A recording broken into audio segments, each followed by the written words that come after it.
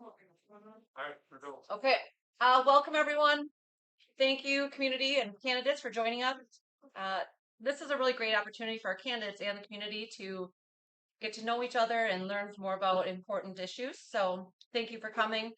Also, special thank you to our community volunteers for coordinating the event and to Camera Corner for the equipment to allow the live stream.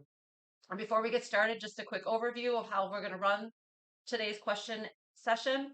Each candidate's going to start out having 2 minutes to just give us an introduction.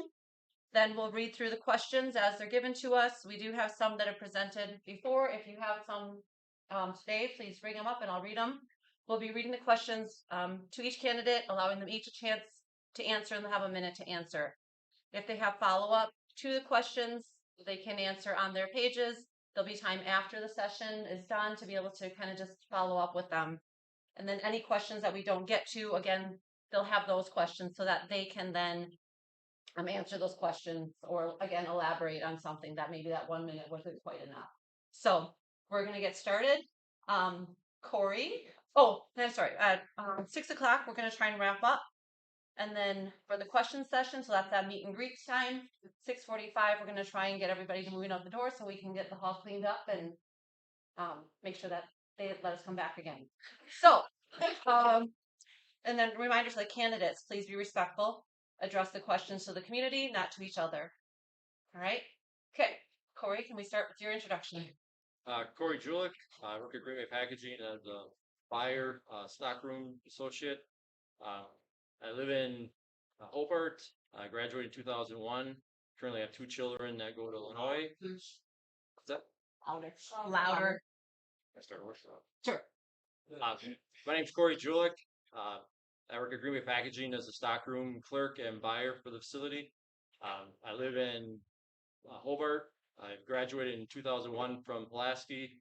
I have 2 children that attend Illinois Elementary.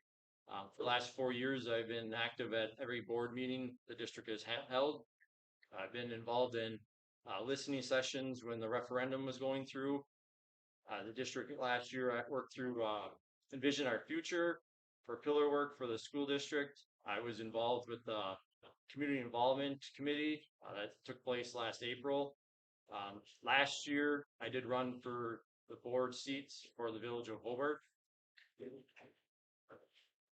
All right. Jenny? All right. I am Jenny Rubicki. I am a mom of 2 girls in the district. I've got a 4th grader at Glenbrook and I have a junior at the high school. I have lived and worked in Pulaski for the last 20 plus years and love this community. My last role in the community was the director of the Chamber of Commerce here. And throughout my tenure at the chamber, was asked multiple times if I'd be interested in being part of the school board. And I always saw it as a conflict of interest. You know, my focus was on the businesses in town. And while I participate in the schools and in the community, and I made time to be at the board meetings, and when I couldn't, I would live stream them and submit my feedback. Now is the time, and the seat came open, and I would love to be your voice. Steve? All right, Steve Legal. I'm a resident of Little Swamico or Sobieski. I am a director of IT or information technology for the local utility, WEC Energy Group, but you would know it as Wisconsin Public Service. So I have about 300 people, $100 million operating budget, $100 million capital budget on an annual basis. I hold a master's degree in business and a doctorate in business. Actively involved in family services in Northeast Wisconsin. I currently serve on their board of directors. I also serve on the board of directors for another nonprofit called Utilities Technology Council, which is a nationwide organization focused specifically on operating principles and governance of that organization. Again, interested in running for this position to bring a lot of my experience and care for the community. I have 3 children in the community as well that attend school, 2 in the high school and 1 formerly at Sunnyside, not any longer. But again, here to listen to the community. Again, I appreciate everybody showing up and for all the questions that were submitted. All right. Let's start out with the first question. Steve, I'm going to address it to you first. If you have spent any time in schools, you have seen that teacher and staff morale is at an all-time low, with many citing district admin as the cause. How do you intend to help change the morale and mend bridges? Sure. So, I mean, anytime morale is in question, whether it be students, teachers, employees, getting to the root of it is critical. I think as a board member, it's important to visit the schools. Not only because it's easy to say, "Hey, contact me if you have a problem," but I think it's also important to reach out. Parents, again, having kids in the school district, parents, teachers, administrative staff, to really understand what's going on before taking action, and then bringing any of the feedback back to the board. Again, it's a collective unit, and in order for there to be success, really the staff and the board have to work together. There's no other option. So, All right, Jenny, you want me to reread the question? No, it's okay. Okay. Um, I would say that it has not been my experience that overall morale is low. Um, there's definitely disgruntled people in every position in every industry. However, my experience with the school district is very high. In Wisconsin, we have a average of a 10% loss of teachers in all districts. Pulaski is significantly lower than that. And that tells me that teachers are happy overall. And those teachers that I've individually reached out to and spoken with have said similar things. So obviously there is problems and concerns, and everyone's opinion counts. And I would say it's similar where we need to have those conversations and those talks, and we need to make sure that we're coming together as a consensus, and it's not the minority speaking for the majority. Um, I've been in schools firsthand. I had lunch dates with my children many times. Brought pizzas for the staff just to show appreciation. And the feedback I get from teachers are they are struggling. There's always a morale issue in the schools. It's important for as a board member to be in the schools, get the firsthand information of the struggles. Yeah. The teachers might not feel comfortable going to administration, but as a board member, you could bridge the gap to bring that information to board meetings for further discussion. Right. Okay, Jenny, I'm going to direct the question to you first this time. Okay. What are your thoughts on the level of transparency associated with school finances? I think that transparency is a big buzzword. It's an interesting word to me just because when we talk about transparency, we as parents and community members have access to everything that's out there. You know, the budget, all the numbers are published. We have the opportunity to be at those board meetings to ask questions, to address things that we have concerns about. Um, so I think that, you know, looking at other districts, I think that we're doing good things. We're moving in the right direction. But I do believe that as parents, you know, and community members and taxpayers, especially now, with what we all just experienced, that it's going to continue to be something that's important and something that we can always continuously improve on. Right. Corey? I've attended the business meetings annually where they go over the budget. For a community member, it's at a very high level of information that they share. It's the same people that present the budget every year, the same spokesperson at these meetings. For the community, a little more high level or lower level look at things to give you more information. So it's easier for the average community member to understand where the money's being spent and where it's coming from. Right. Steve? sure. I think transparency is key. I know the audit reports are out there that anybody can go find and take a look at, but I don't think the level of detail in there is easily consumable for the average person. So I think there needs to be more transparency on the finances, specifically around referendums, how the school's spending the money on field trips and other trips. Because I think there are a lot of concerned citizens and parents that want to make sure that every children has the same opportunity. And if there isn't funding out there, how do we get the funding to support those things? I don't think as a parent I should have to go search it out. So I think as a board there has to be an opportunity to educate the community better on the finances and even the operating expenses throughout the district. So I think there's definitely opportunity. Okay. All right, Corey, this one's going to come to you first. At a cost of nearly 200,000 so far, do you feel academic parent teacher teams is an effective way to doing parent teacher conferences? Please explain your stance. At Chillingham, Illinois, so I've experienced it firsthand. Um, the first year I was in there, it was more of games that parents played. As the years went on, the amount of people coming to them has dwindled. there used to be two separate classrooms for each grade level. Now it's one. There's very few parents that show up. Talking to teachers, they miss that one-on-one interaction. I just had teacher conferences last week with my kids' teachers, and it's the first time we saw them since the school started, and they miss that one-on-one interaction. For the amount of money that's being spent, I don't see the benefit. The traditional teacher conferences is more of a connection with the parents and the student teacher combo, because my son sat with the teacher and we could work on things that he needs to work on at home. So I don't see the benefit in the program. Right. Go ahead, Steve. Yeah, can I just ask a question real quick? I know what APTT is, but maybe some of the folks online or in the audience don't. So is there anybody that's qualified to provide a good explanation or high level explanation as to what APTT is?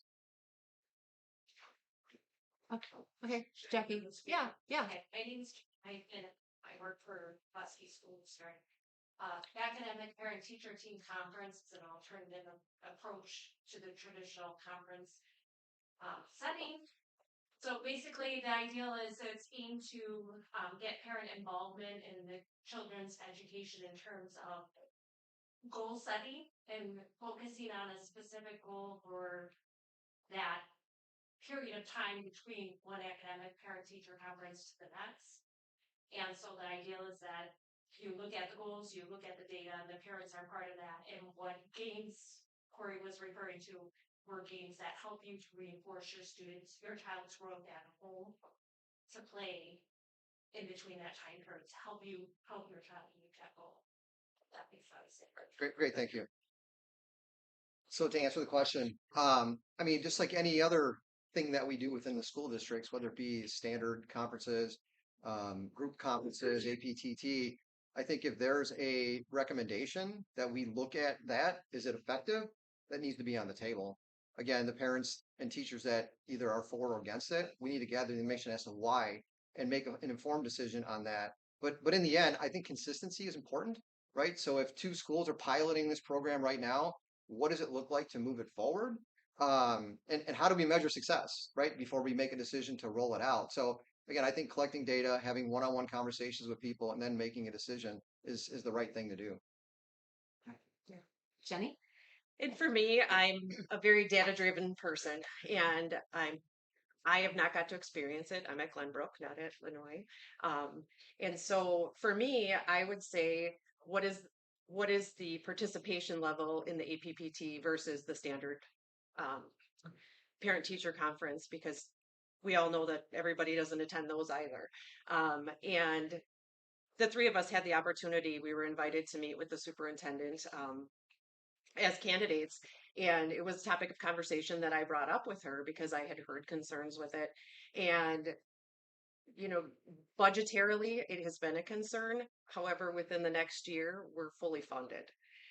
So we've had to bring in trainers that we are paying for. And now we have somebody in the district that's certified to be able to do that training. So it's not an additional cost anymore. So having had invested $200,000 in it, I'd love to be able to see it work and if it's statistically valid for us, and get the feedback from the parents that are participating and finding out what they like, and if there's room for improvement, we can do that. Okay. All right. The next question, I believe, goes back to Steve. Okay.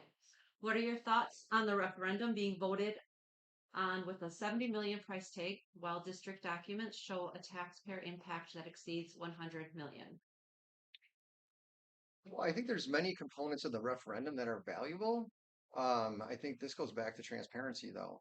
So if there was a known factor out there that $70 million was indeed going to inflate to $107 million because of loans and bonds, I believe that information should have been disclosed with to the taxpayers in advance, prior to voting. Now, I don't know all the financial mechanics behind it as to when that was determined, but I do know in the audit report it does show that information.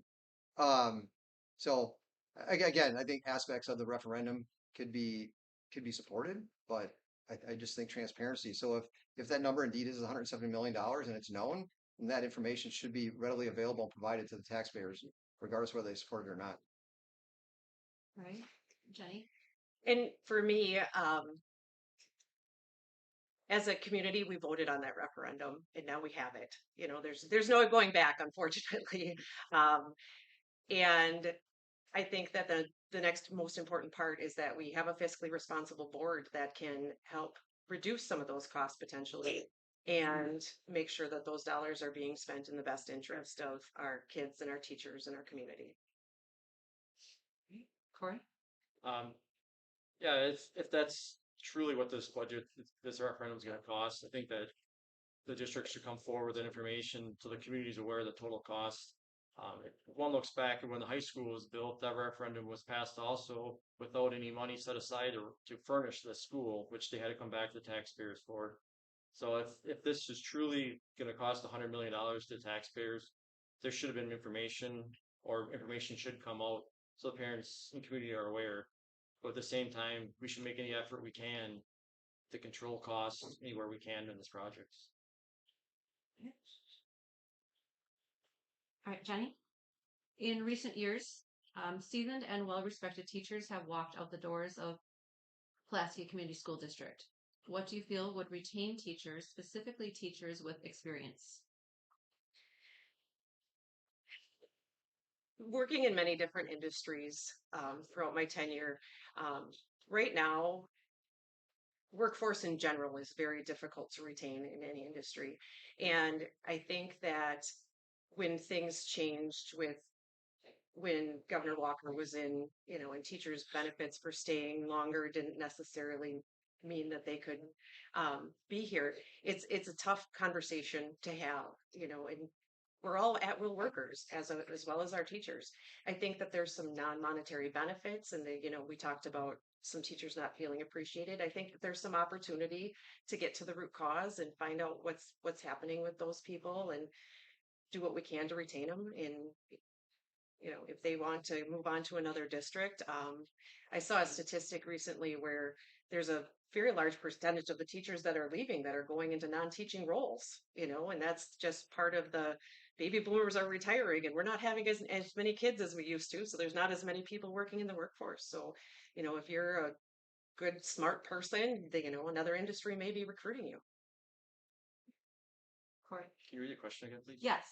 In recent years, seasoned and well-respected teachers have walked out the door of Pulaski Community School District. What do you feel would retain teachers, specifically teachers with experience?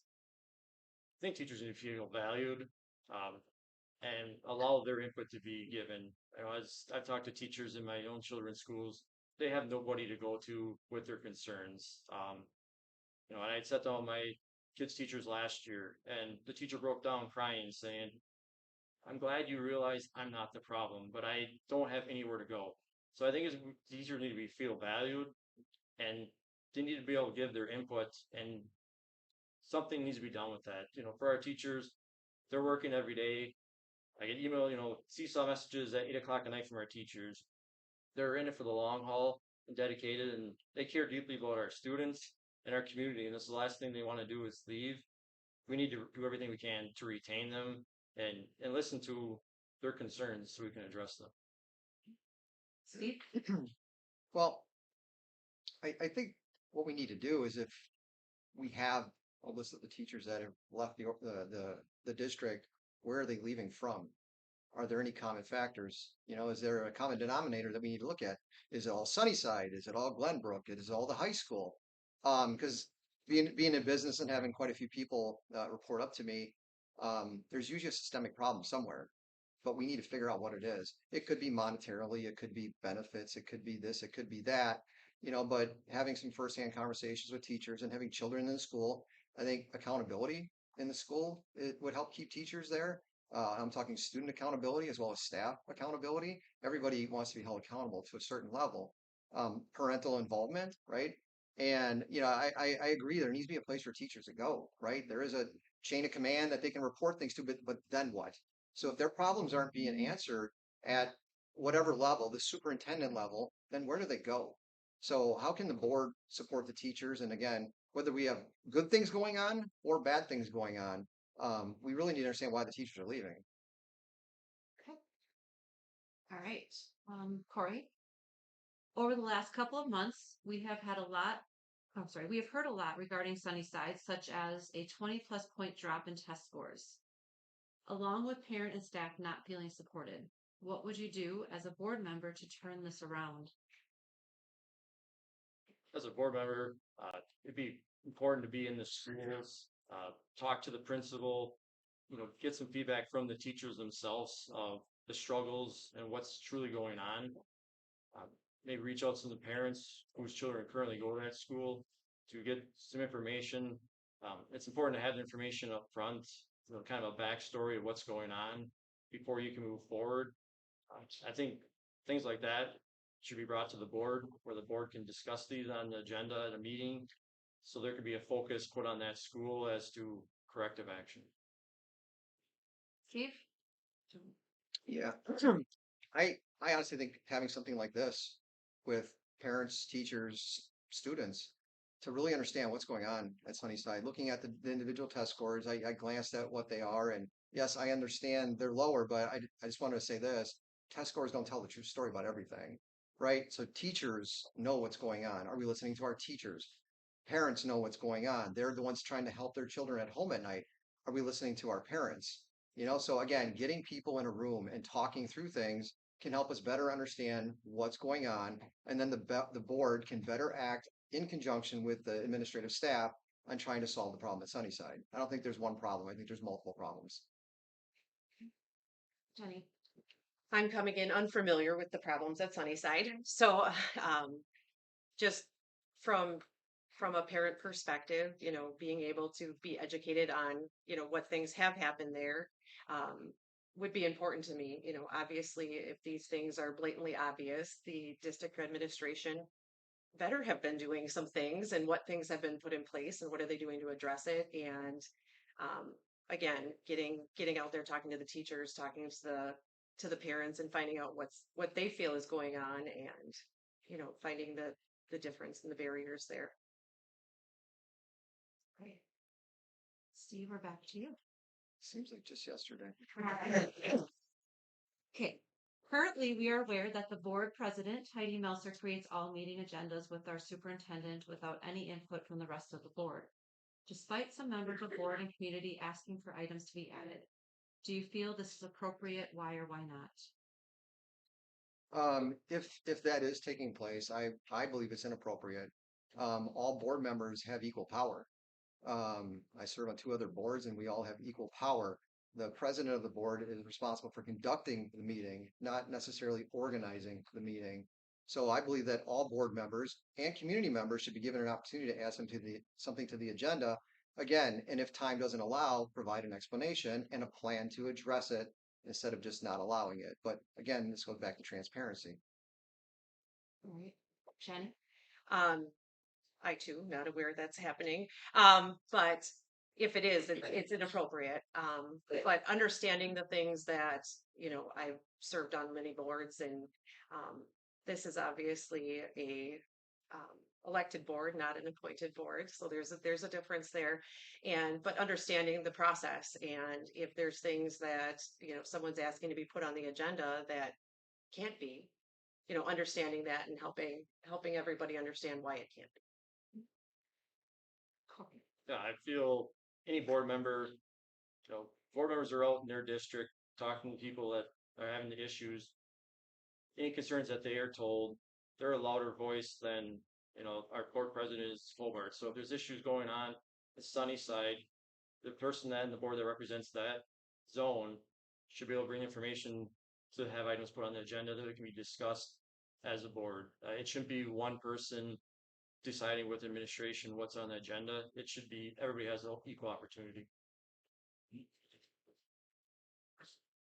Jenny? Okay, Great Schools has, wait, Great Schools. Great Schools has the majority of our district schools rated at 6 to 8 range. Yet when you look at Sunnyside, they are rated a 4 and student development is rated a 2. How would you address this as a board member? I think this would be very similar to the problems that are being addressed at Sunnyside, in being an outsider to that. Obviously, if test scores are low, I would assume that Great Schools, I'm not familiar with them, are similar to the test scores. And it would be the same approach as just trying to get an understanding from both sides what things are happening there and how we make improvements at Sunnyside. Right.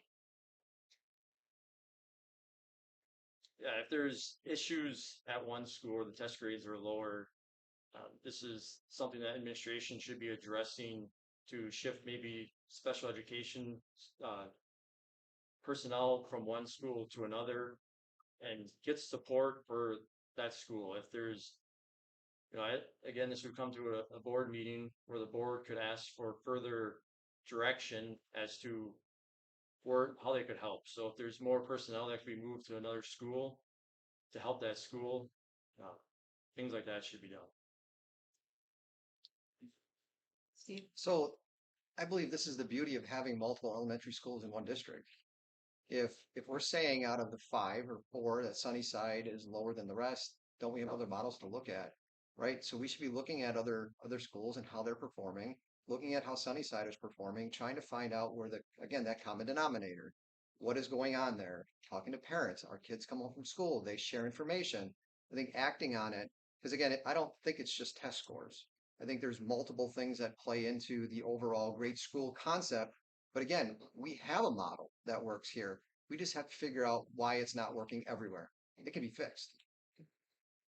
Okay. Was that what? Was It's that? Corey's turn. Corey, Yep. thank you. That was mine. Got that one first. I'm just yelling down mine instead. All right. So, Mr. Corey, when and why did you commit to running for school board? I've been attending board meetings for 4 years.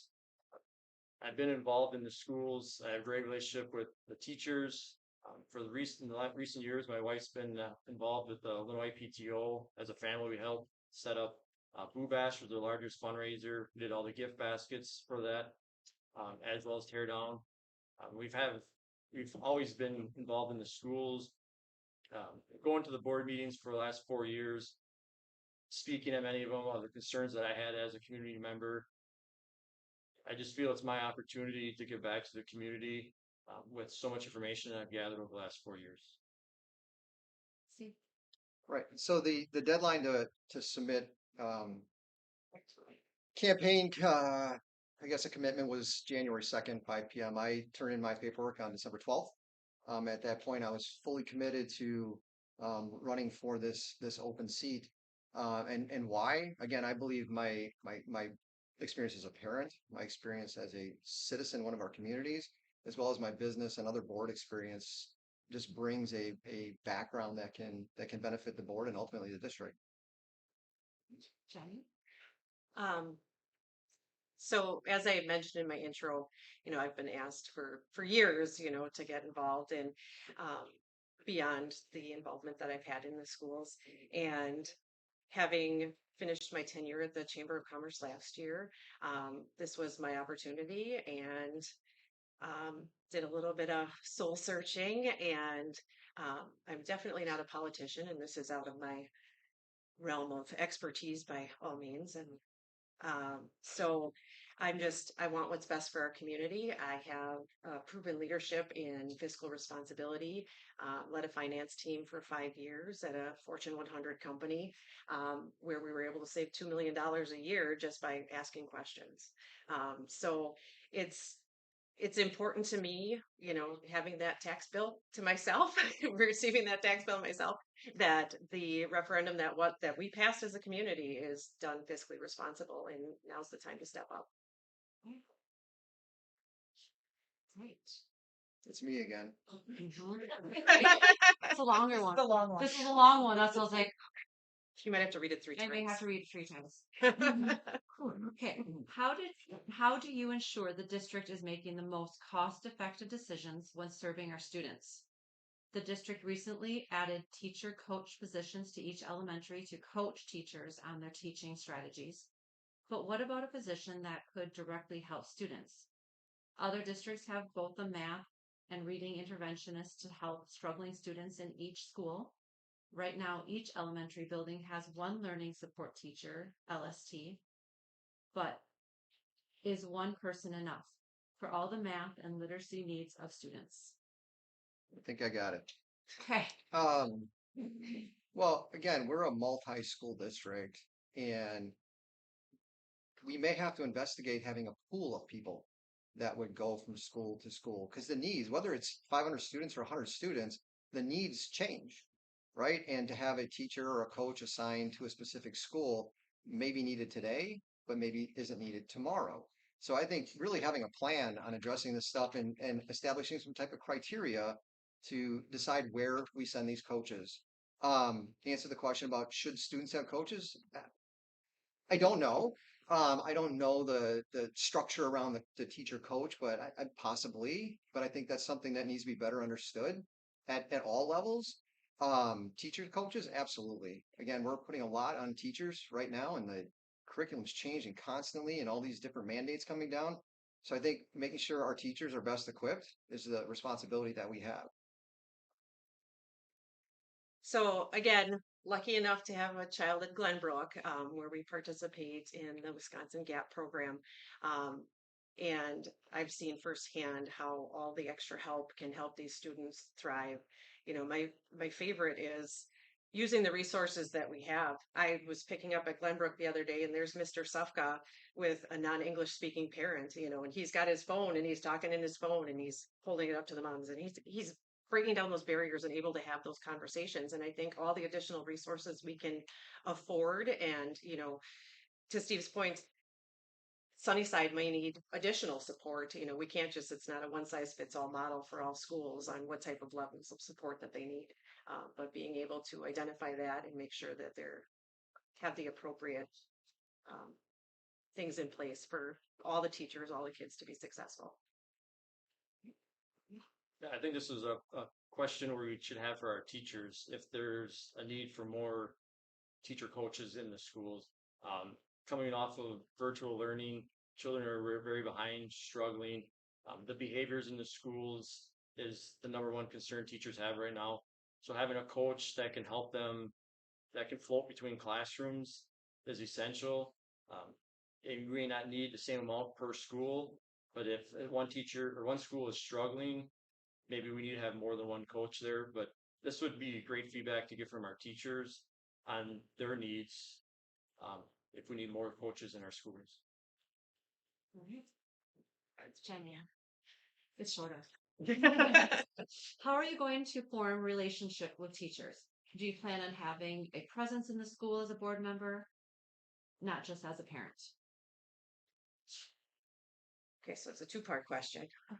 Yeah, I can read it again. How are you going to form a relationship with teachers? Do you plan on having a presence in the schools as a board member, not just a parent? So how do I plan on forming a relationship with teachers?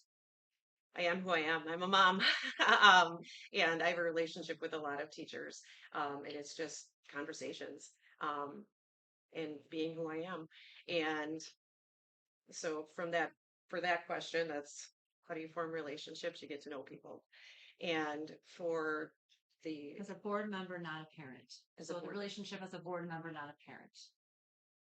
Or presence, sorry, presence in the school as a board member, not a parent. presence as a board member, um, obviously, when you take on a new opportunity, you're wearing different hats, and I wear my mom heart on my sleeve, and there's definitely a difference in acting on behalf of the community. I'm no longer representing myself. I'm representing everyone that's put me there, and being that listening person and being able to have those conversations and act on behalf of everyone when I'm in the schools as my presence.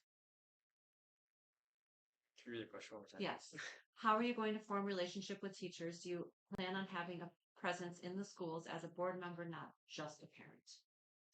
Yeah, I think it's critical for a board member to be in the schools to get that firsthand experience of maybe the struggles and the great things that are happening in that school. I think currently we rely a lot on what our administration tells the board is going on in the schools. So as a board member, it's important to be active in the schools. I already got a great relationship with the children, the school teachers my children have had. And obviously as a board member, you have to be cautious of how you are in the schools, but not a distraction, but more of a gathering of information and making those connections with the teachers and support staff. All right, Steve. Well, I think first it needs to be understood that board members are welcome in the schools and openly welcome because they're there to learn and understand. Again, because they're tasked with our school district education just as much as the administration is. But let's assume that there is open access for board members. I think it's important to spend time in the schools with the teachers, principals. Again, I would assume that if you talk to the principal, they'd be happy to organize a session to come in and sit down with teachers and just have open dialogue with them. Um, or one-on-one. It all depends. Again, it all depends on the demeanor within the school. But in order to get that, you have to go visit the schools. So I think visiting schools and doing one-on-ones with teachers has to be one accepted, allowed, and two, it must be done. Corey, as a board member, do you feel like the board works for the community and collaborates with admin, or do you feel as though the board works for admin and collaborates with the community? I feel currently the board works for administration. Um, as a parent and community member that's spoken at board meetings, I never felt like I was valued in my opinion of what I said. A lot of times, the administration is basically telling the board what they want to do, and then it's voted on. There's very little discussion that's happened in previous years. Recently, with some new board members, there's been a lot more questions asked and discussion is taking place. But currently, the board majority votes with administration's direction. Steve? Well, I think the governing policies lay out what the structure should be. I mean, ultimately, this seat is voted on by the public. So the board reports to the community, and ultimately administration reports to the board. The board has the power to, say hire and fire the superintendent. That's just a show of power. But ultimately, it has to be collaborative, right? If anything's going to happen, it can't be this switching of power back and forth. There has to be, again, everybody's personality, everybody's viewpoint could be different. How do we work through it? But the board ultimately is responsible to the citizens, the parents, the taxpayers in the community, and to the administration. And they have to be the bridge in between to get information back and forth. Um, Agreed that as a board member, your responsibility is to the community. Obviously, there's opportunities to collaborate, but a board of 7, you have to have consensus. And whether or not perceptions are there, we've got to be doing what's right for our community at all times and being that voice. Back to you, Steve. Internal audit teams that report directly to their board play a key role in ensuring effective operations. In fact, some states require by law. What are your thoughts on PCSD benefiting from such a team? So any organization I've worked for thus far, we had an internal audit team. Internal audit is really there to keep the organization out of trouble and out of the newspaper. Do I think it's required and effective? Absolutely. Especially when we're talking about 70 million, 100 million, doesn't matter what number you're using. That's just these capital projects. What about all the operating expenses, right? Internal audit needs to be there to partner with the school district on making sure we're doing the right thing with the money of the taxpayers. It's all accounted for correctly and being spent correctly, again, to keep us out of the newspaper and again, support transparency. Yep. Compliance is also something that I've worked a lot with, and internal audit is obviously very important because we need to make sure as a district that we're maintaining our high standards and being compliant with state and regulatory rules and doing what's right for our community. I think it's important that we have an audit team for the community to understand where the money's being spent and find opportunities where we could save money. Large referendums, that we just passed. As a district, we can't keep coming to taxpayers for referendums every so many years. So it'd be important to have the information available, let an audit go through, team look through it, and find areas we can save money, or if there's reasons that we can cut costs from the district. Jenny, this year we were made aware of our lack of social media or code of conduct policy for outside school. Wait, sorry, let's read that again. This year we were made aware of our lack of social media or code of conduct policy for outside of school conduct. There were a couple of situations where high schoolers were exposed to things they shouldn't have been. What are your thoughts on separating personal and professional life for our staff? And would you recommend having these policies? Can we read it one more time? Good. Um, I think I am. I think um, with any work, you're representing who you work for. And I think it's important that you keep your personal life and your professional life separate. That doesn't mean to say that, you can't do things in your private life, but they should be kept separate from what you're doing as your employee of the district. Corey? I think there should be policies in place. Everybody has a personal life and a private life, as long as they're kept separate. As a public employee, as a teacher, or somebody that works in the school district, should be even more cautious of what you put on social media or what you do in the public eye, as you're dealing with children that are in the school. And we live in a society of everybody's on social media, and one thing that gets put online gets shared rather quickly throughout the schools. So, I think there should be policies, and the code of conduct should be reviewed with each employee of the district to be aware of what's expected of them. Steve? Yeah, I'm assuming, and I believe there's a policy in the school district on acceptable use of school electronic devices. So if there's certain things that aren't tolerated on school property with school devices, and I agree that this stuff needs to be kept separate. The biggest concern, of course, is they have influence on our children's lives. And again, whatever people do in their private life is their private life, but if it's going to be exposed and our children have access to it, that could be detrimental. So there definitely needs to be a policy on making that very clear what the expectations are. Corey? Can you share a time where you disagreed with, voted no to something that was recommended by an admin type group? How did you arrive on your decision? Can you read those?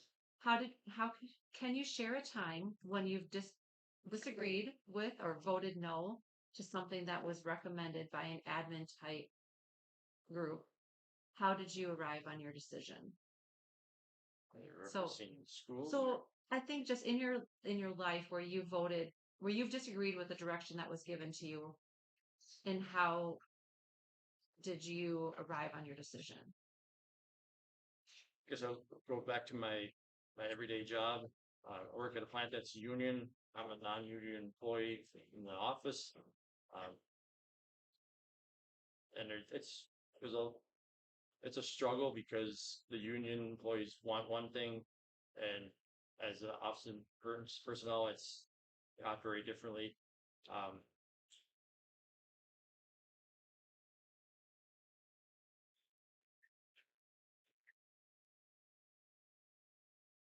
Okay. All right, Steve. Sure. So on one of the boards that I'm on, a vote came forward to vote on spending some money on a possible acquisition of a particular company that would maybe benefit the organization. Prior to getting to the voting stage, asked for additional information as to what the risk was of doing this and what the value was. And it's a board of 9 people in this case. And ultimately I voted no on it because there wasn't enough information to give me a good feeling. Again, this is a nonprofit organization that doesn't have a lot of money to ultimately, I'll say, waste. So I think having the data available and standing behind the data and standing behind who you are and making a decision based on your beliefs versus just following the crowd is important. Jenny. Again, I'm a very analytical person, and I don't make decisions based on what people tell me to do. I'm going to look at the data. I'm going to see what substantiates it, and I'm going to make a decision for the people that I represent and the best decision for me. I can't think of a specific example where I did that, but it's where what I concluded went against what was being recommended, but definitely not something that I would shy away from. All right. Well, Steve. Data-driven decisions are important. However, do you know that the whole child and common sense are taken into consideration when making decisions for the district? Can you say that again, please? Data-driven decisions are important. However, how do you know that the whole child and common sense are taken into consideration when making decisions for the district? Sure. Okay. Well, I think understanding what the data is. If you collect data and it shows a negative result, from face value, and then you have children over here that are either in conflict with that outcome, what is the data telling us, right? Being able to understand and not being afraid to ask for more information to better understand the data. But again, the children are living beings. We need to bring them and the parents and the teachers into all of our decisions and show the data, talk about the data, explain the data, and give people an opportunity to ask questions. I think sometimes we don't have enough opportunity to ask questions. So I think that's how you connect the people to the data. And I feel like that's a 100% the board member's responsibility is they're given the data from the administration and having that responsibility to be the voice of the people and understand what they're feeling from those versus just the data and being that voice and making those rational decisions. Here's a question right Yeah. Data-driven decisions are important. However, how do you know that the whole child and common sense are taken into consideration when making decisions for the district? Yeah, I mean, as a family, we sit down every night at the dinner table, and I ask my children what goes on in their classroom, things that are going on. Information like that is critical as a board member to bring to meetings and ask the tough questions to get more understanding of what's going on. I feel a lot of times we look at the data and this is the right choice to make, but we don't value our teachers or our students of if that's the right decision or not. So more information, more questions being asked before decisions are made. Right. Jenny? In the past, Pulaski Community School District supported job sharing to help teachers achieve work-life balance. In recent years, they have done away with them because they claim that doesn't support the district work with professional learning communities. What are your thoughts about teacher job share? Are you against it? Do you feel like this doesn't fit the mold for Pulaski PCC? I am absolutely in support of it. I think that any non-monetary benefits that teachers see. As a working mom, I get it. We we want to be and do everything that we can, and if there's an opportunity for us to fill staffing positions that are open by having somebody that wants to work a flexible schedule and we're able to accommodate that, I think it's definitely something we should be looking into to help retain some of those teachers. Corey? Yeah, I think it's every business right now is looking at work-life balance. This is an opportunity where a teacher wants to remain in the schools, but not on a full-time basis. That should be an opportunity they're given. I know we lost a great teacher at Illinois for this very reason. She wanted to be involved in the schools, but also wanted to be home with her children. And she ended up leaving the district completely because that wasn't given an opportunity. So by all means, it's a option that teachers should be given. I don't know who the they is. They said it's not, and you don't have to answer that. Yeah. But again, job share is go back to work-life balance. It's important, right? If nothing else, it opens up more eyes as to what teachers do, attracts more people to want to do it. Again, gives us more data points into what's really going on in our schools, while giving teachers again a sense of power, a sense of feeling, and recognition. So absolutely, it makes sense to me.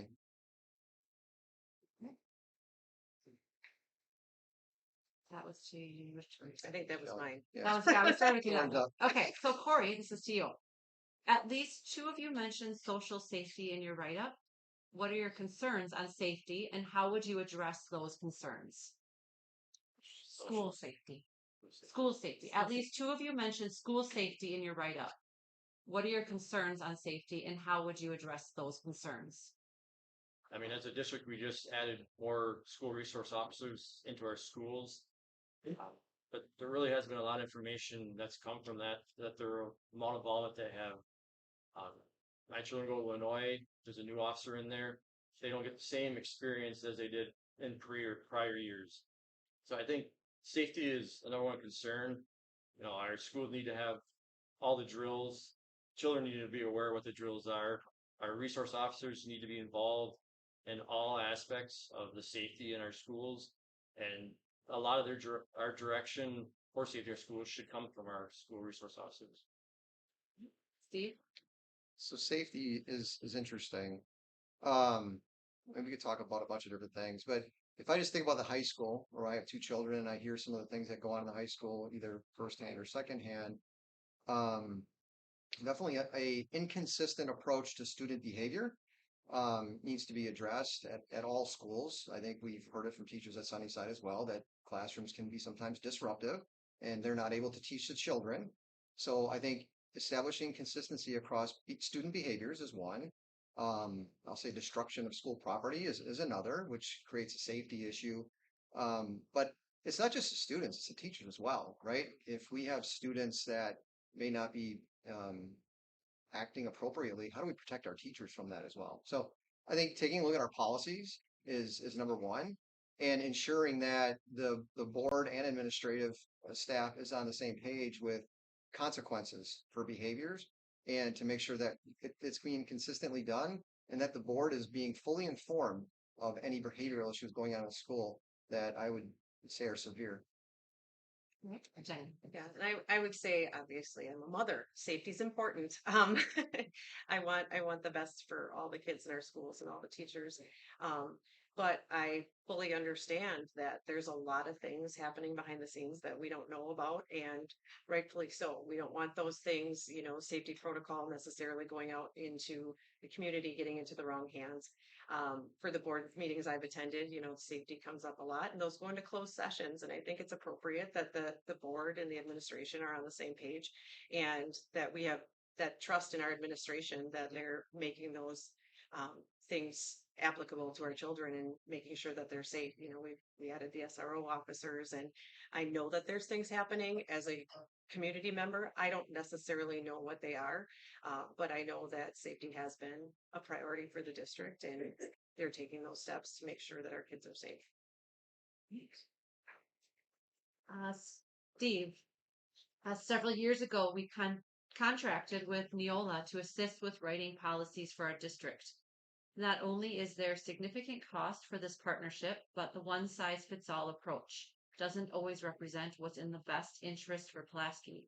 Have you spent any time reviewing our policies, and do you have any thoughts regarding our partnership with Neola?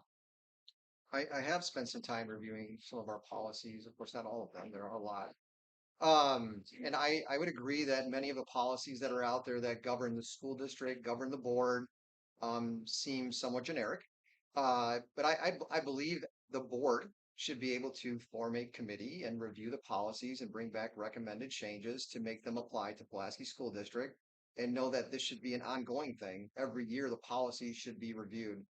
As far as continuing a relationship with Neola, if we can construct the policies in a way that they can be managed, then there's no reason to pay them to participate in something. Again, policies are something that just need to be adjusted, in my opinion, and not completely overhauled every single year or even every 3 or 4 years. Yeah. So as a board member, I mean, the expectation or the responsibility is there to be reviewing those and making sure that in questioning them if they don't fit the needs of pieces of the school district. I have not spent a lot of time going through those policies, but obviously, if elected to the board, that would be one of the things that I would do, and take a deep dive into that relationship. Not understanding the relationship, I'd hate to say that I support it or don't support it, but making sure that, again, it's being fiscally responsible. And if it's from an audit perspective that we're using someone outside to make sure those policies are compliant, then I would support it. But again, I don't understand that relationship to be able to answer that. I know over the last year, there's been a lot of discussion of Neola and the policies. Uh, so much of more changing the policies as these policies have been in place for years. They're being rewritten in a different way than it was prior. I understand if it's to fit into mandates or state level where these policies got to follow a certain structure, but there's a lot of discussion, a lot of rewriting the policies to take almost control away even from the board to be able to make involvement with the community or things the board has control over. It seems the policies that are being done are taking control further away from the board. As far as Neola, that would be a discussion of what the cost is. Is this something that once all the policies are done, that we need to continue that relationship with them? But as a board member, that'd be something you need to look into. All right, Jenny, how do you feel Pulaski Community School District is doing with bullying? Do you feel like it is an issue?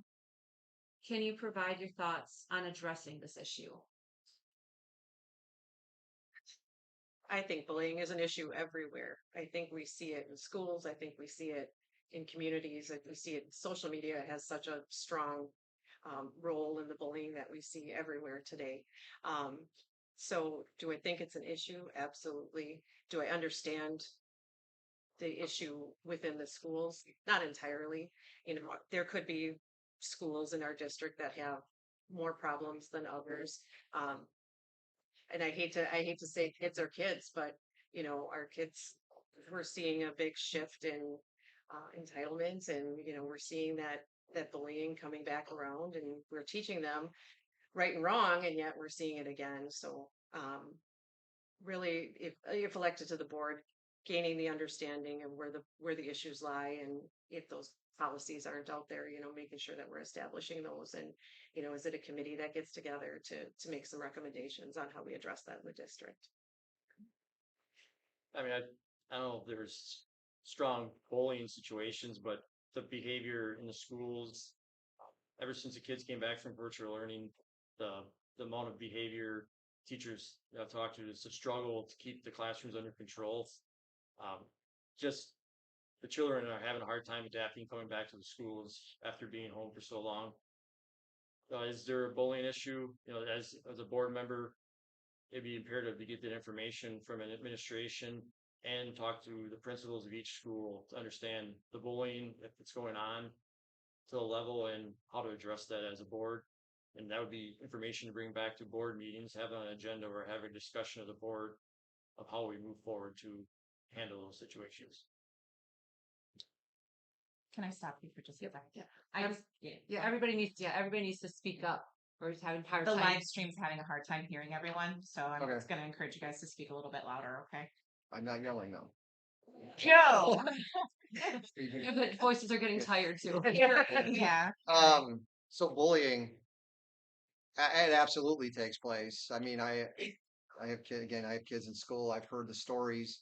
What I think needs to happen though is there needs to be a definition of what is bullying, and I believe the principals at each district are at each of the schools, along with all the staff, needs to adhere to the policies, and not put their own interpretation on it. Because what's bullying to me may not be bullying to you. So every single thing needs to be brought up, at least at the principal level, and then even to the board, until we believe that we have a handle on what's going on in our schools as far as how students are treating each other. But I also think it's important on how board members treat citizens, and board members treat each other, and board members treat the administrative staff, and vice versa. We set the tone for everything. If we accept certain behaviors to take place, then how do we hold students accountable? All right. All right, Corey, how do you plan to engage parents, staff, students, and the community in the decision-making process? We had last year as part of the Envisioning Future Community Involvement Committee. We had great feedback, good work between business owners, teachers, and administration. I think that work needs to continue. There was great progress there for the last year. Nothing's happened from that. Through that, we need to have more meetings like that where the community is able to come in, ask questions, so that the board can build that relationship. When I go to most of the board meetings, I'm there by myself. There's a few other parents that have come regularly with me. Other than that, the community isn't aware of these meetings. The community doesn't feel welcome. So I think being on the community, interacting with them, letting them understand where the board meetings are to get more people involved. Again, I'm going to go back to, I think, more opportunities for the community to get involved in things like this. The problem with the board meetings and using that as an avenue, you're limited to the citizen forum 2 minutes, and maybe not everybody wants to speak, and the room's not that big. There's a bunch of reasons and excuses as to why that isn't effective. So I think, again, having an opportunity for the community to just come in and talk, it doesn't have to be to conduct business. It's really just to interact, build relationships, and build trust with each other. And again, from that action, if action needs to be taken, then we open it up to the board meeting. All the information is out on the school website. It's really easy to say, go look there. I think if we want the community to be informed, we need to start informing the community. I think I might have lost the question a Yeah. little bit. How do you plan to engage parents, staff, students, and the community in the decision-making process? I am 100% in this community every day. Like it or not, I don't go through very much gas. And I love it. This is where I want to be, and I'm out there meeting people and I'm doing things, and I think that there's opportunities for people that want to participate in committees, and I'm very open to that when there's decisions that need to be made. Getting that input and having that transparency where people can come in and have a chat. All right, Steve. Through an open record request, it was learned that our superintendent's contract is set up to automatically renew annually with a larger than average salary increase without any sort of link to performance metrics. Can you offer your thoughts on this? It's disappointing. I think most employees go through a performance evaluation every single year, and I think that should be said for everybody at any level. Again, if you don't get reviewed at an annual level, whether good or bad, how do you have motivation to want to do a good job? And I'm not suggesting the superintendent's not doing a good job. I'm just saying we should have an opportunity, the board should, to evaluate the superintendent on an annual basis, and if performance warrants it, an increase can be given but not guaranteed. Again, I would look at the rest of the staff and what their increases look like. You have to, again, make sure it's consistent and fair.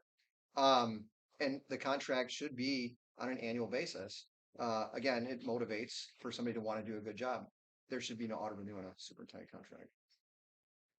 Right, Jenny? Um, Again, having led people, I absolutely believe in paying for performance. They're tough conversations to have at times where you're doing an adequate job for what you're receiving. And I think that those performance reviews are important across all aspects of any employment. First off, there should be an auto renew. Each year there should be a review, and I think the public should have the opportunity to see that review as far as how she's doing, and if that dictates her getting, a review or I'm such a raise on that. But yes, at the very least, there should be discussion. The board should give her goals, things that they want her to improve on for the year forward before any auto renew is set. Okay. Jenny, explain to us a time when you've made a decision in your personal or professional life that impacted others. But looking back on it now, you wish you would have made a different decision.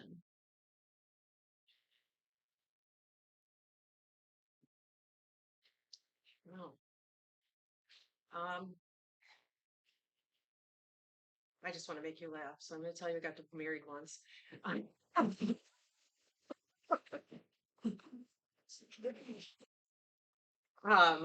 There's a personal decision I make that no.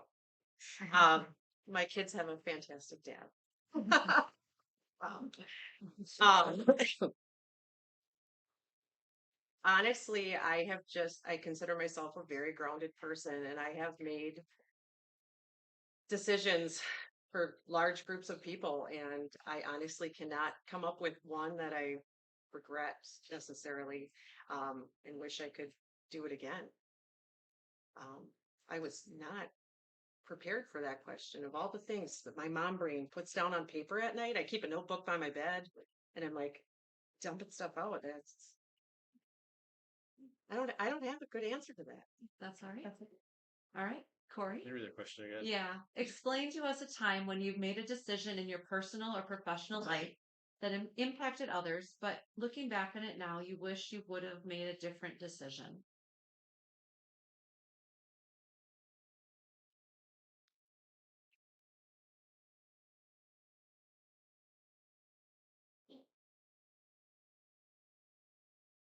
I guess I go with my personal life.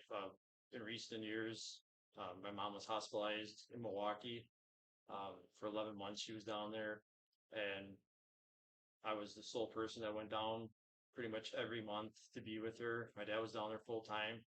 Um, I took on a lot of the responsibility of paying their bills, taking care of their house, being there for them. And looking back, I should have given some of that responsibility to my brothers to take care of. But thankful I was there for my mom to the end. Steve? Sure. I'll use professional. Even though I'm still kind of laughing at Jenny. Um, So I was working for the utility here. It's been what, 10 years? So 9 years ago, they announced an acquisition. Um, I was on the being bought side of the equation and ultimately offered up to give my team to the other side of the equation to get a bunch of work done. It caused a lot of extra strain on the people involved in it. And in the end, I believe I should have used resources from both sides instead of just offering up my team. And really, the intent around it was being bought. If you've never been bought before, you try to showcase your skills and all that. So again, it was a good outcome in the end, but I wish I would have handled that one slightly different. Okay. Corey, this one's going to come to you first. Over the last few years, parents have increased their involvement in school operations. What are your thoughts on this increased involvement? I think across the board, public education, parents are more engaged in the schools. Uh, Being virtual learning, there was a lot of things that parents weren't, that became apparent to them through that time. Uh, Parents are taking the time to be in the schools, asking the questions. And I think parents value the education their kids are getting, and they're involved. You know, they have a relationship with their teachers. So they want to be involved in the schools and they want to know what's going on. So I think the community is eager to get more information and they want to know what's going on in the schools that their children are in all day. All right, Steve?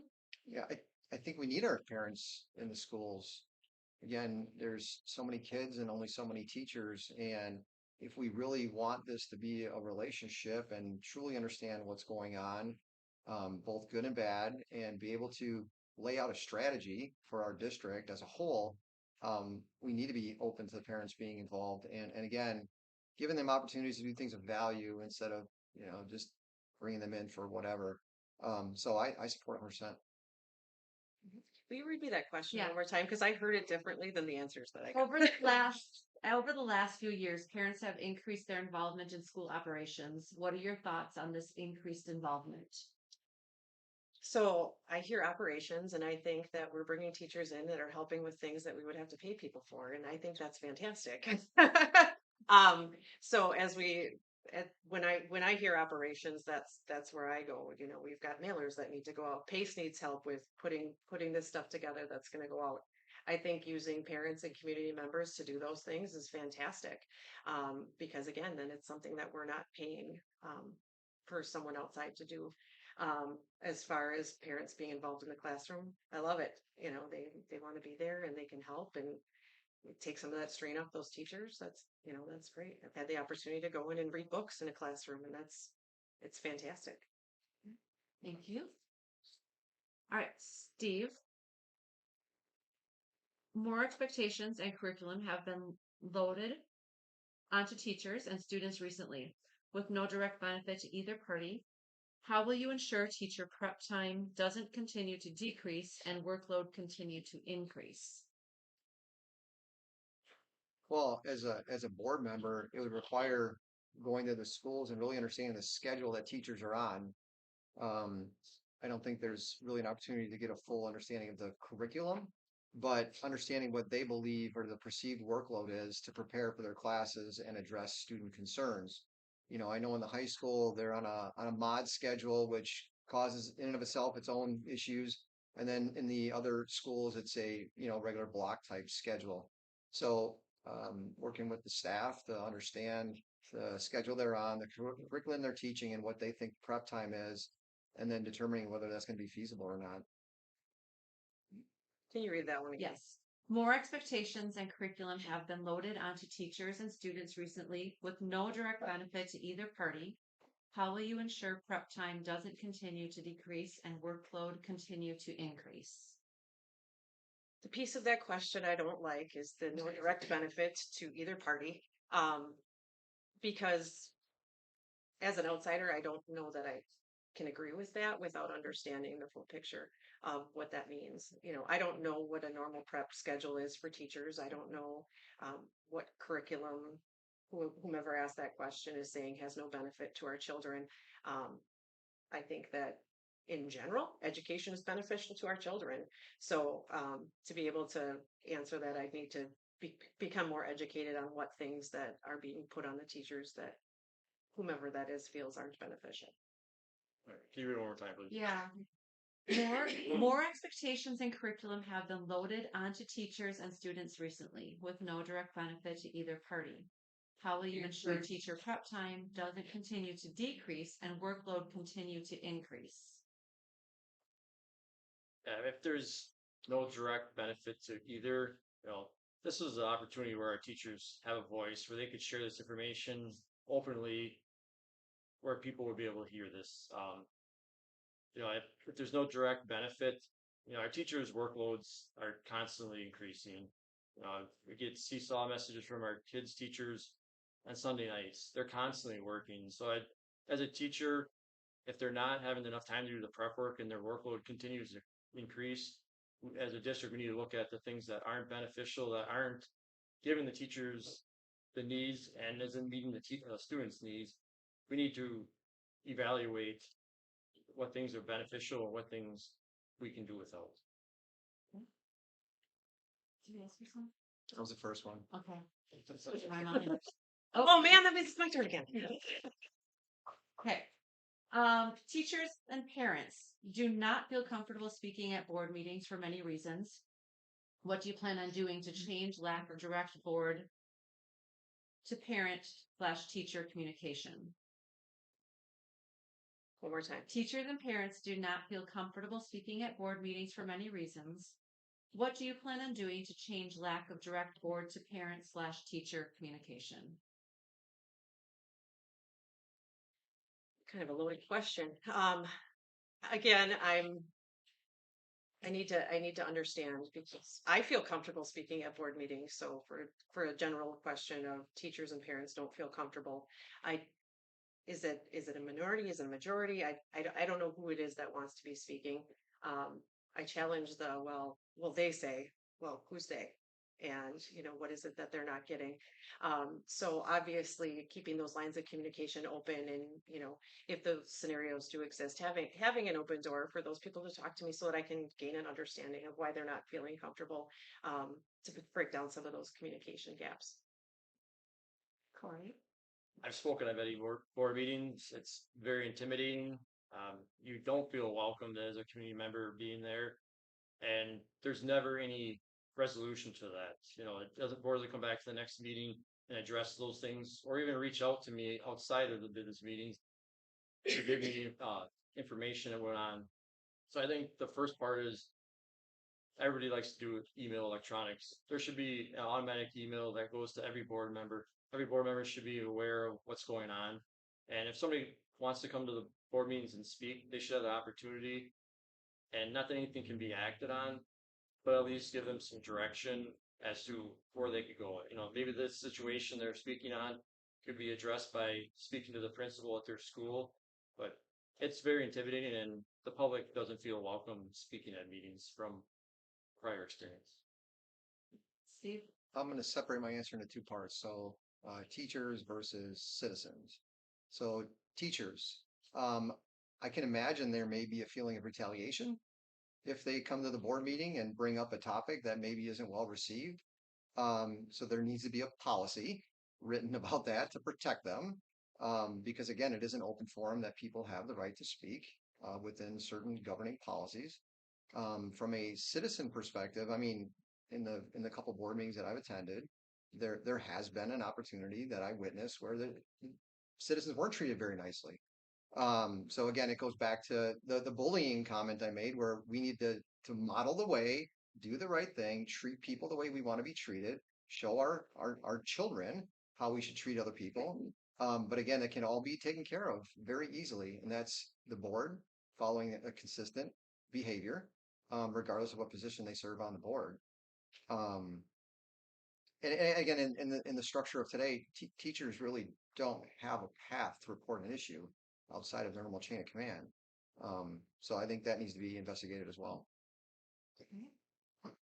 Corey, let's talk about leadership. How do you know they are effectively carrying out their duties? How would you hold them accountable?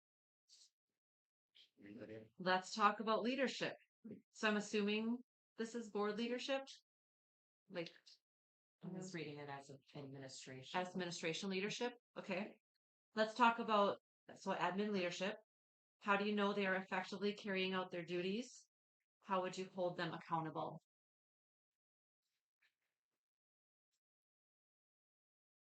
I guess as a board member, we could follow them on a daily basis. Or one day, if the board, say it's a superintendent's going to go around from each school, you could essentially like a field trip. Board member follows the administration, sees what they do on a daily basis, gather information from interactions you have while you're on that at the meeting at each school, and gather information that you could bring forward.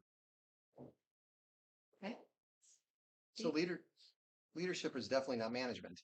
Um, so looking at morale, looking at budget performance, interacting with the people that report up to leadership gives you a really clear indicator on how a leader is performing. I mean, there's always a saying, people quit because of their leader.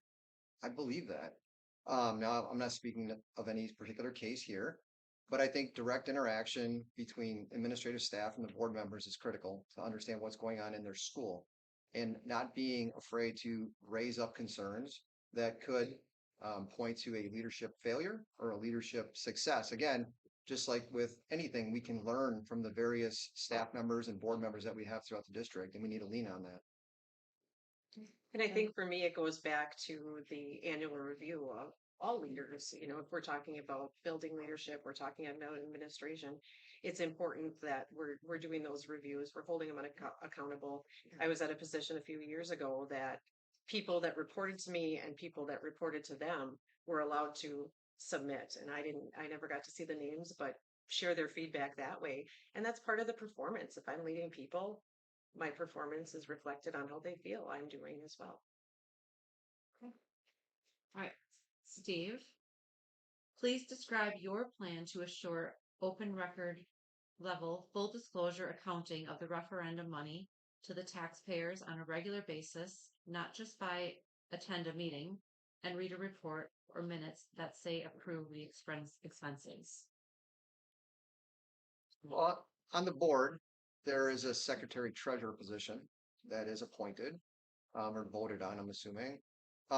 Ultimately, the secretary treasurer on the board should be working with administrative staff on getting the details behind the finances.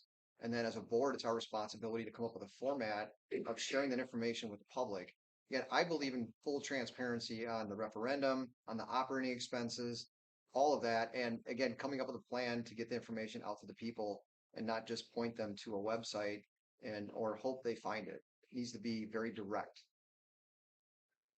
And as a board representative, you know, sharing that information, you know, there's a board packet that goes out 5 days in advance that has all those dirty details in it that everyone doesn't get to see, and making that a usable mechanism for the people that we represent as far as being able to share that information. Yeah, I mean, we've had referendums how many years that haven't passed. This referendum uh, passed. I think having open avenues such as the yearly business meeting or a budget meeting that we have something of that sorts where we can be more in detail with the information on what the budget actually is for the referendum and what we spent at each school on each project that is updated you know, every few months as this project goes along, so the community understands what the total cost was and what it's end up going to cost us in the end. I was first. Yeah, you're next. Oh, you were looking at me like, oh, No, you're next. All right. no, I wasn't. I just answered that first. I know. Here's this next one. Oh, here. Yeah, thank you. Oh my goodness. He can have it. He wants it. Okay, sorry. I'm glad you guys are keeping track. Okay, do you think Pulaski Community School District should have an open door policy, meaning teachers and staff can discuss concerns openly to any level of the district, including the board? Why or why not? Yes, I do believe in an open door policy. However, having led people, I think that it's important as board members that you ensure that proper procedures have been followed. You know, who have you talked to? Who have you addressed this with? I'd love to be your sounding board, but this is what I think that you need to follow the proper process. Everyone has a leader, and if you're not comfortable talking to that leader and you go to a board member, appropriate. But if you just think that you can bypass all your problems and get your answers by going to a board member, I think that's going to make things muddy in the water. Can you read the question one more time? Yeah. Do you think Pulaski Community School District should have an open door policy, meaning teachers and staff can discuss concerns openly to any level of the district, including the board? Why or why not? I mean, I would hope our staff can go through their building principal or senior leadership with the complaints they have or issues that they're struggling with. If they don't feel comfortable at that level as a board member, feel comfortable them coming to me with concerns that they have that I could address at a board meeting. Um, I know a lot of our staff is very fearful of giving any type of feedback that they have for retaliation or not having their contract renewed. So if they feel comfortable coming to a board member with their concerns, by all means, I feel that's appropriate. Steve? Yeah, absolutely. I mean, everything's built on relationships. So you're going to go to the person after you've tried and tried to handle it one way, you're going to go to the way that's least resistant to you. I think making sure, I'll use the board as an example. If a point of feedback comes to the board, there needs to be a process in place for what do they do with it. So they don't do what they want to do with it and they just do what they're supposed to do with it, and how to handle it when it involves somebody else, right? I think as leaders, we need to be equipped with dealing with all kinds of issues. And maybe we get to a point where we have a third party ethics or compliance line in the district that people can reach out to if we don't want the board to get in a position of administration versus the board. But right now, what we have is what we have, and we need to be available to the teachers, to the citizens. I mean, I would even say to students within a district.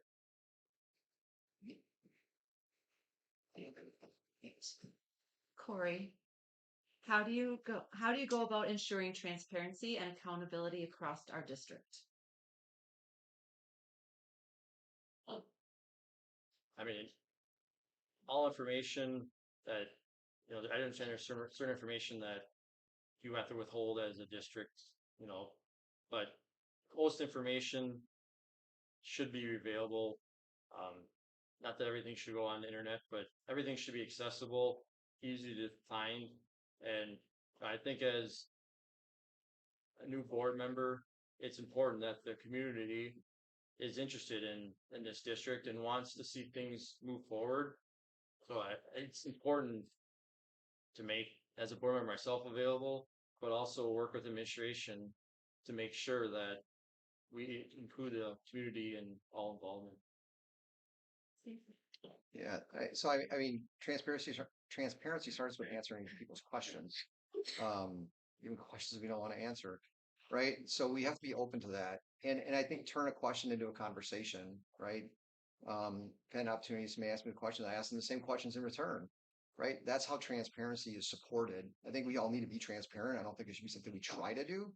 But if I look at the information that should flow to the community, the things that I want to see as a parent and a taxpayer, we need more details in the finances. Yes, the board stuff comes out, but it's like 50,000 foot level. I can't really understand where the money's truly going. So I think being able to communicate effectively and the board initiate the conversation versus waiting for somebody to reach out and wonder where the money's going. Or like I said, if we found out that the referendum was going to start at X and turn to Y, we should disclose that. Otherwise, we lose trust. Jen? I want that question more time. Yes, absolutely. How do you go about ensuring transparency and accountability across our district? So from an accountability perspective, I mean, obviously we've talked about the audits, we've talked about the test scores, we've talked about the importance of people and involving the people and having those conversations, and making sure that that we're not just looking at test scores, that we're considering the whole district. And we're such a broad area from Maple Grove to Hobart to Mid Valley. We're going to all have different needs um, and want different information. So we talk about accountability, here's what we have, and this is our results, and these are the things we've done. I think that that's part of what we're missing from a transparency perspective is we don't always get these are the things that were done. And to me, that's something that's important is just don't just tell me that this is it. Well, no, how'd you get there? Like to be able to see the big picture. All right. Steve?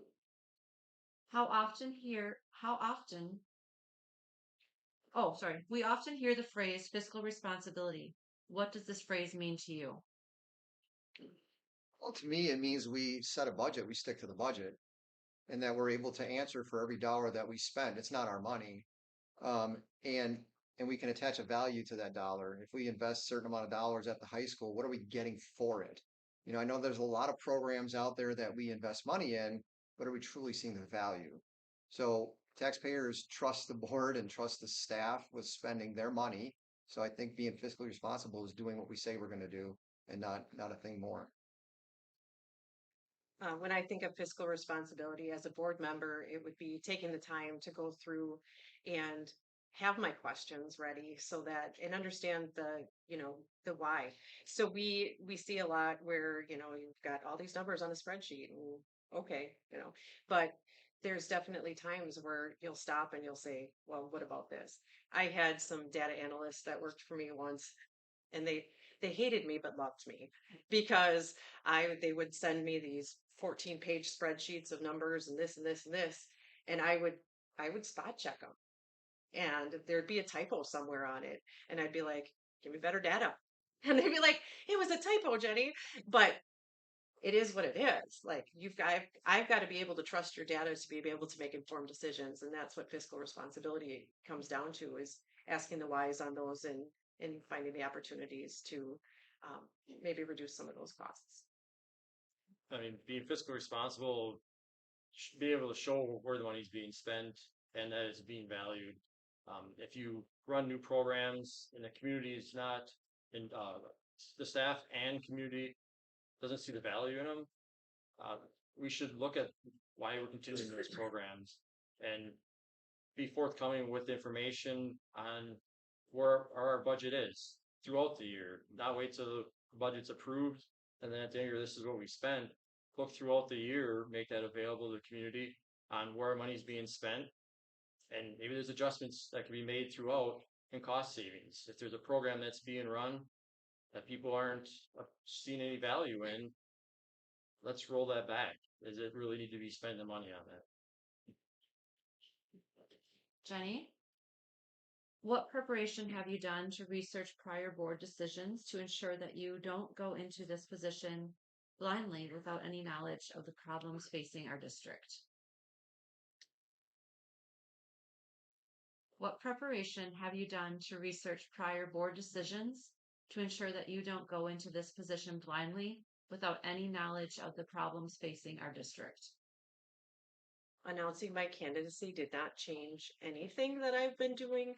I have attended board meetings for the extent of when my kids have been in school, and for those board meetings that I haven't been able to attend, I've read the minutes, I've live streamed, I've watched the YouTube videos.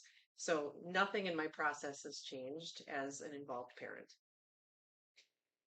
Read the question one more time. Yeah. What preparation have you done to research prior board decisions to ensure that you don't go into this position blindly without any knowledge of the problems facing our district? I attended board meetings for the last 4 years. Any opportunity that they've given to be further involved, I've taken that chance and gone to it. I, as a community member, coming to meetings and not feeling valued or that I want to be listened to, I'm prepared to go in, listen to the community, questions they have before the meetings, whether they reach out to me, email or phone call, bring that discussion, work with the board to get that on the agenda so we can discuss this, but have an open relationship with the public and allow discussions to take place at these meetings. Sure. So I've attended a couple board meetings so far, really as an active observer on how the process flows. Had one-on-ones with board members, other community members to really understand a lot of the decision-making process, not necessarily the decisions that have been made, but how we got from A to B. Meeting with Allison provided some context on that as well. Um, but really, I mean, my view of it is coming with a fresh set of eyes, right? Yes, it's important to understand what was, but really being open-minded and figuring out how to maneuver in the current circumstances that we're in. Corey, you're up first with this one. What is your position on school vouchers?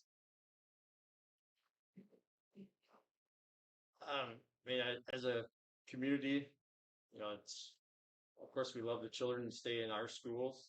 If they have the choice, their family wants to put their children in a different school, it's this was discussed at previous board meetings. If our school district gets $12,000 from the state per school, and then if somebody goes to a different school and it's 14,000, that 12,000 comes from our school district to them, and we pay additional 2,000 out of our budget for those children to go to different schools. So, everybody has a choice where they send their children, but as a district, we should be working really hard to make our schools the number one that they come to. Steve? Yeah, I would agree with that.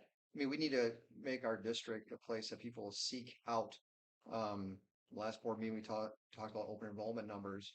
Again, if we want to allow open enrollment, then we have to also, whether we want to or not, accept the other direction as well. But by ensuring that we have a good handle on our educational system and the status of all of our students in schools, we'll definitely hopefully turn the tide where the voucher program doesn't negatively impact us. Jenny? Yeah, and as a parent, I get it. We all have different beliefs and we all have different things, and I support those parents that make the choice. And I support the voucher program, both incoming and outgoing. We are a very lucrative school district, and people want to come here. And for us to not support the voucher program, we're losing those potential people that want to be here and know the quality education that we have. Steve? As a demonstration of transparency prior to registering for an election, As a demonstration of transparency prior to registering for this election, did any of you have Allison's face as a contact in your phone? I did not. I did, but I had worked on committees with her through the chamber. I do not. What are your views on, and do you support the school board in the development of the procedure to assure that no child is left behind for events?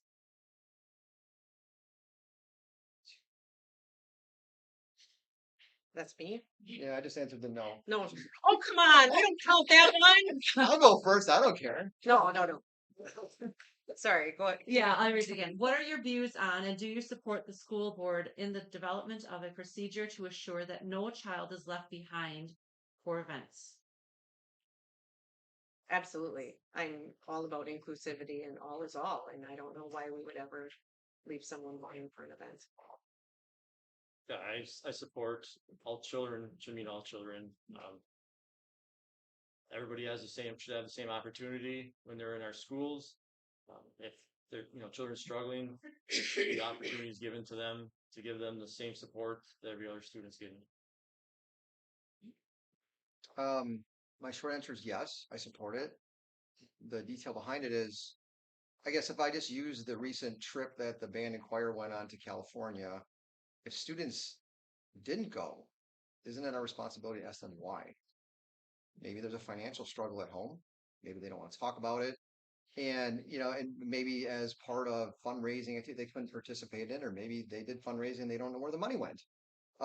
So I think it's our responsibility that if a trip is organized, I mean, this is where teachers need to make a connection, right? And programs need to make a connection with students. Well, we may not know why. I think it's worth asking the question why, because in the case of that particular trip, no child should have been left behind that wanted to go. And maybe there was an opportunity for somebody to step up and assist with that overall effort. Corey, what is the top priority in the Pulaski School District? To ensure our teachers are valued, our teachers have the support that they need. Our children are getting the education that they deserve each day. Uh, and our schools are safe. As a parents, first thing is I want my kid to be safe from the time they get on the bus to the time they come home. And there needs to be the engagements for the community. Whereas I go back to the teacher conferences. Illinois does two styles. As a parent, I like the traditional style where I get the engagement from my teacher and my children. And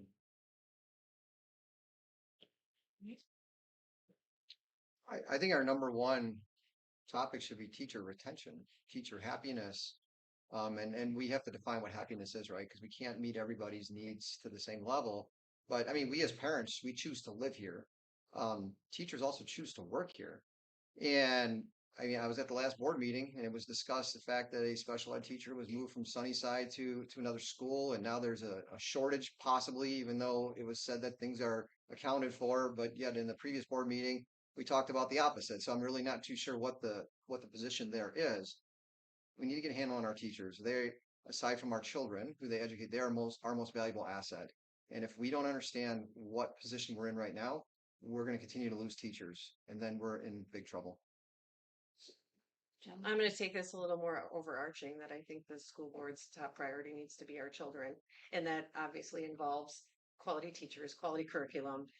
But kids always have to be our top priority when we're making informed decisions. All right. Steve, many of our teachers do not feel safe speaking up about concerns. What will you do to give them a safe outlet? So this goes back to kind of a previous question we answered. There, again, there's always a no retaliation policy, right? It needs to be enforced. And if if we know there's a group of teachers or a teacher that's reporting things to whether it be another parent, another staff member, a board member, anybody on staff, it needs to be brought up. And then there needs to be a collective conversation about it. And if that means that we have to alter the process being used to get to the root of the problem, then we need to be open to that. Um, this seems to be a repeat issue to me, and I think it's something that definitely should have our number two priority is focusing on why teachers don't feel like they have a voice because they should have a voice. We all should. Yeah.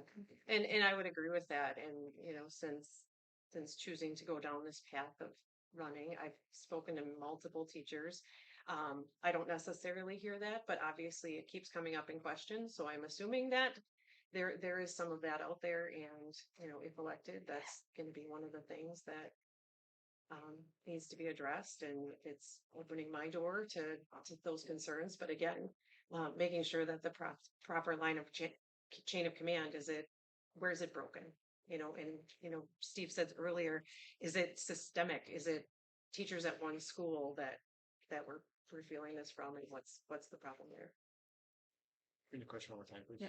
Many of our teachers do not feel safe speaking up about concerns. What will you do to give them a safe outlet?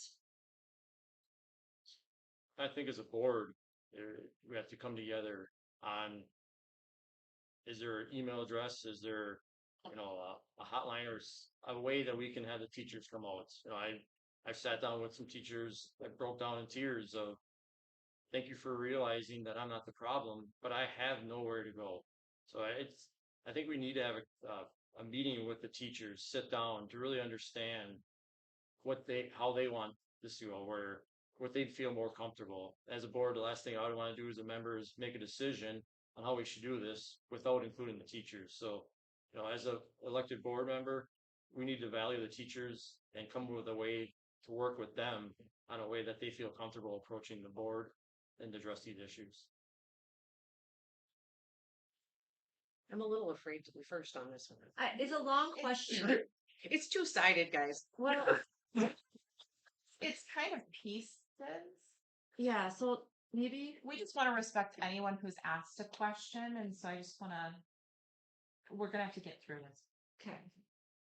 Employers are finding that young adults leaving the school system are feeling entitled. The schools supporting a country club philosophy could be contributing to this.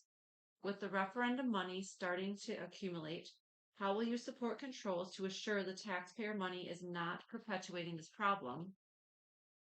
Do you support looking at inner city schools and providing only the basic extracurricular activity facilities? Read that again, please. Okay. So I have to start, do Corey. you Come on. think if we put this in the two questions, would it be easier? Yeah, it might. I Might think be? so. Yeah. Okay. So employers are finding that young adults leaving the school system are feeling entitled. The school supporting a country club philosophy could be contributing to this. With the referendum money starting to accumulate, how will you support controls to assure the taxpayer money is not perpetuating this problem? I'm going to be 100% honest and tell you I don't know what a country club philosophy is and how that's being used at our schools. Obviously, again, we're going back to the fiscal responsibility and the board having the oversight of the budget and how those dollars are spent and making sure, again, to bring back that fiscal responsibility and make sure that we're making sure the dollars are being most effectively. Do you want to ask me the second part, or we Then can we'll go to- all yeah. go through this first part? What if we do? Do the first part first. Okay, you guys all agree on that? Read the first one. Okay, that sounds fair. Okay, so do you want me to read it again? Yes, please. Okay. Employers are finding that young adults leaving the school system are feeling entitled. The school supporting a country club philosophy could be contributing to this. With the referendum money starting to accumulate, how will you support controls to assure the taxpayer money is not perpetuating this problem? I mean, as a school system, I think we do a great job of a lot of the trades. We have a lot of trade programs in our schools. We allow our students to leave the schools to go to other trade, the NWTC that the school district pays for. So I think as a community, we have a lot of offering for students to keep them engaged heading into the workforce. Steve? You good? Well, I think it starts with financial results being broadly shared, the details. It'll help the taxpayers, citizens understand where the money's going. If you look at like Field of Dreams as just one example, I can imagine that maybe where this question might be coming from. It's probably not well known that some of that debt is going to be assumed by the school district. I'm not sure the taxpayers actually have a say in that matter. Um, what I think would be interesting to share with the citizens is how much money are we spending on sports programs in this program versus our education. And by sharing that information, I think it's going to help people understand balance between education versus extracurricular activities. And I don't disagree with the beginning of the question that people do come out in the workforce feeling entitled, but that goes back to accountability and setting clear expectations for our children in the schools. Okay. All right. Do you support? Corey, this one to you first. Okay. Sweet. That's why you wanted it broke down. I was ready to answer it before, but now I get to think. Do you support looking at inner city schools and providing only the basic extracurricular activity facilities?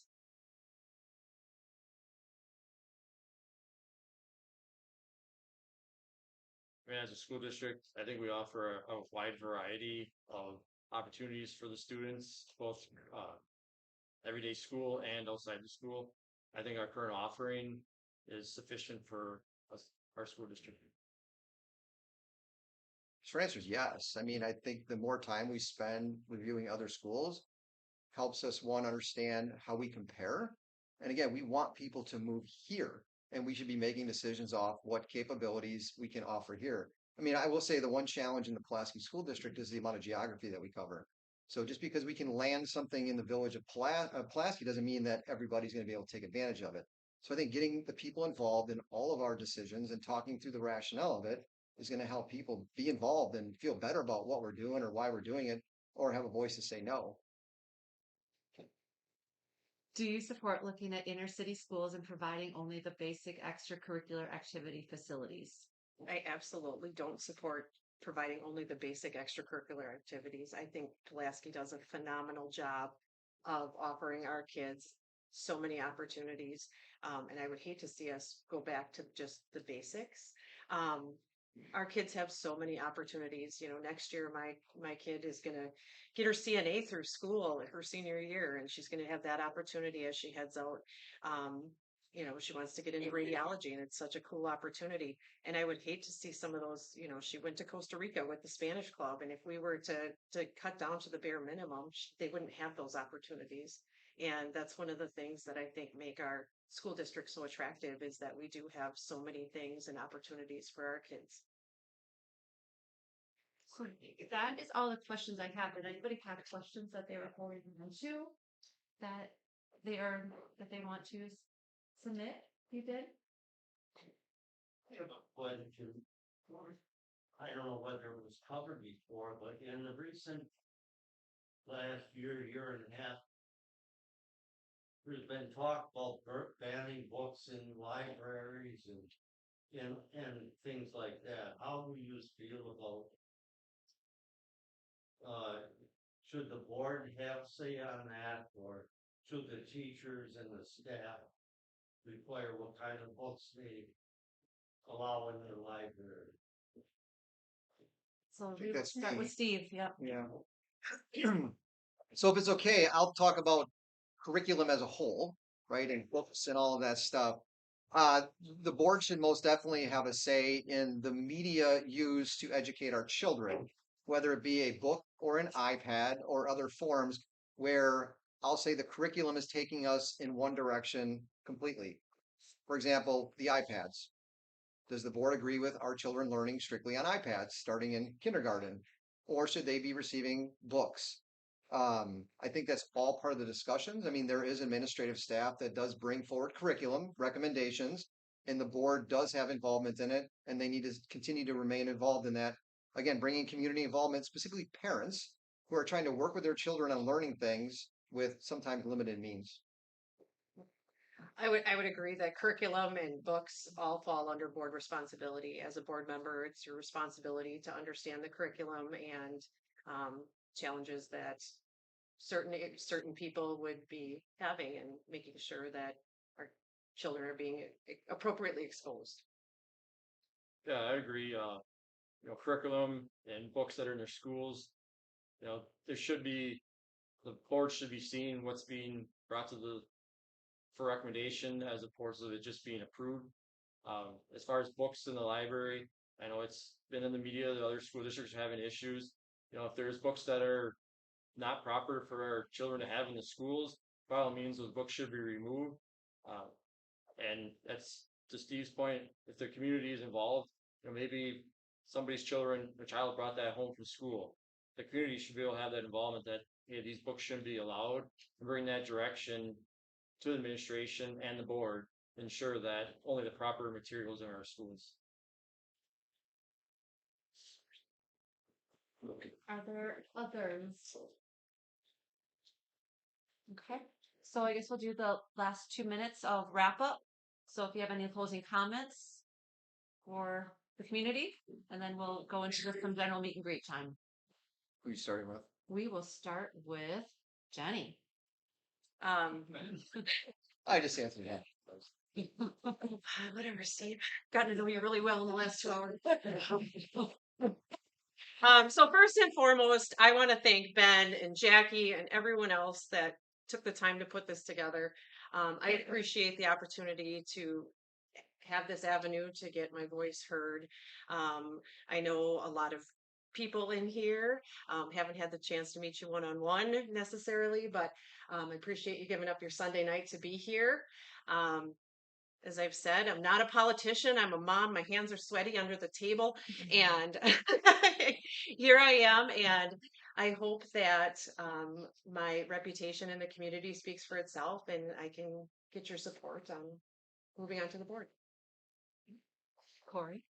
Um, thank you for everybody that organized this, community members that did come out, those of you that are watching online.